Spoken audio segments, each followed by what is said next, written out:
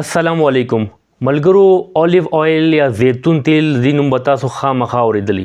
د دې په قرآن پاک کې ذکر راغلی او ډیر زیات تعریف کړی شوی دی. د دې استعمال د برکت باعث دی او د صحت لپاره هم د ډیر زیاتې فایدې دي. ګورئ د هغه خلکو لپاره ډیر زیات بهترین دی چا چې په ګرده کې په تریخي کې کاڼي دي. د هغې لپاره بهترین د زیتونو تیل نسخه زه تاسو ته ښیم. ویډیو مکمل وګورئ، انشاءالله تاسو ته به ډیر زیاته فایده وشي. اولیو آیل یا زیتونو تیل د زړه دپاره ډیر بهترین دي، د زړه صحت دپاره.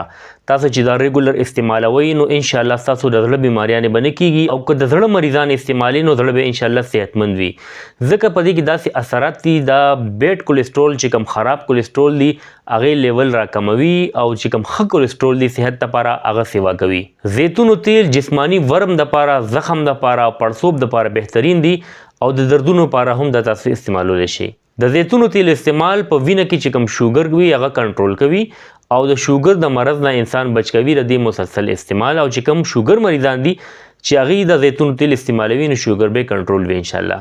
د شوګر تیل د جګر صفایي کوي، د ځیګر صفایي کوي. د جګر چې څومره مرضونه وي، هیپاټایټس وي، زیړې وي یا نور مسلې وي نو د دې استعمال چې کوم دی د جګر له صحت ورکوي. چې څومره کیمیکل دي په جګر کې هغې صفایي کوي او هغه د جګر نه اخراج کوي. د زیتونو تیل استعمال، د زیتونو تیل استعمال دماغ طاقت ورکوي، دماغ له صحت ورکوي، یاداشت ښه کوي او ډپریشن ټینشن ختموي. دا د کینسر راتلو نه انسان محفوظ ساتي او د کینسر مریضان چې زیتون تیل استعمالوي نو ډېر زیاته فایده به ورته کیږي.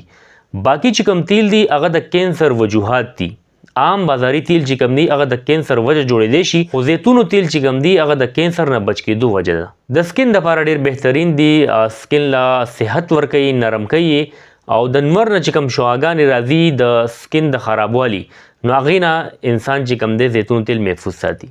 د سکین دپاره د زیتونو تیل استعمال ډېر بهتر دی. تاسو چې په سکین باندې مخ باندې لګوئ یا په لکه اوس یخني را روانه ده، ژمی روان دی نو مخ وچوي یا لاس وچوي نو تاسو د زیتونو تیل استعمال کوئ. د شپې مخ غوړوئ، لاسونه پرې غوړوئ نو مخ او لاس او د سکین چې څومره مسلې وي، د سرمن چې څومره مسلې وي نو په هغې کې به تاسو له انشاءالله الله پاک صحت درکوي د زیتونو تیل په استعمال باندې. د زیتونو تیل د ویښتو لپاره ډېر بهتر دي. د صحتمند ویښتو لپاره د ویښتو نشونما کوي، ویښتو توروي، ویښته لویوي او بل چې کوم سر کې خشکي وي د زیتونو تیل استعمال سره خشکي هم ختمیږي. د زیتونو تیل استعمال بهترینه طریقه دا ده چې په خوراک کې تاسو زیتونو تیل استعمالوئ.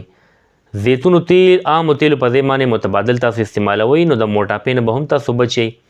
بل د تاسو په سلادو لپاره هم اچولی شي او داسې هم استعمالولی شي. د بهترین نتایجو حاصلولو لپاره د زیتون استعمال طریقه او خاص کر چې د چا په ګرده کې یا مثانه کې یا تریخي کې کاڼي وي هغې لپاره بهترین طریقه دا ده چې سهار کې په ناره باندې 1 ګیلاس اوبو کې په 1 ګیلاس تړمو اوبو کې 1 نیمبو یا 2 نیمبانو نه چون کوي، پکې 1 یا 2 چمچې زیتونو تیل واچوي او هغه په نهاره باندې څکئ.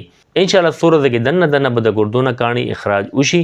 او بل دا عام جسمانی صحت لپاره او څومره فایدې چې ما ذکر کړي په دغه حالت کې تاسو په ناره استعمالوئ نو دغه فایدې به انشاءالله تاسو ته ملاویږي.